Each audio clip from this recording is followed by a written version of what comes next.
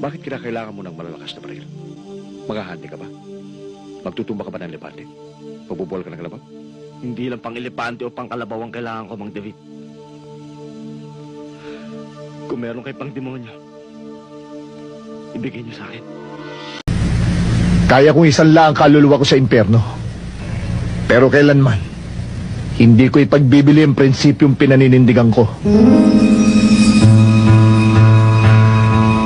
Hindi ka talaga sanay sa politika, no?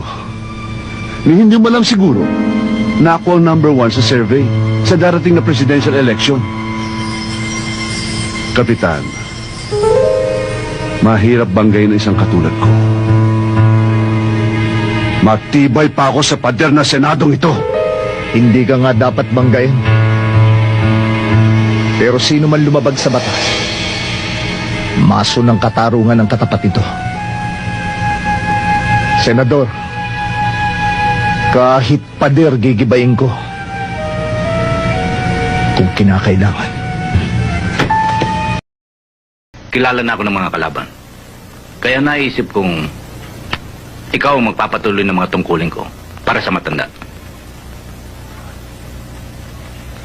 Pero paano ko magagawa yan? At bakit ako?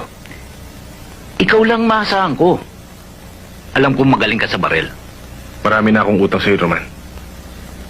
Kahit sa anong paraan, babayaran ko yung mga yun. Hindi kita pinipilito, inuobliga. Inilabas mo ako sa bilangguan. Higit sa lahat, nakapagbitaw na ako ng salita.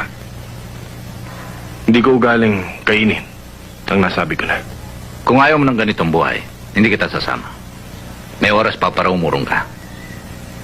Wala akong iniisip ngayon, kundi bigyan ng magandang buhay si Ate Celia at ang kanyang anak. Sa parting yan ay matutulungan kita.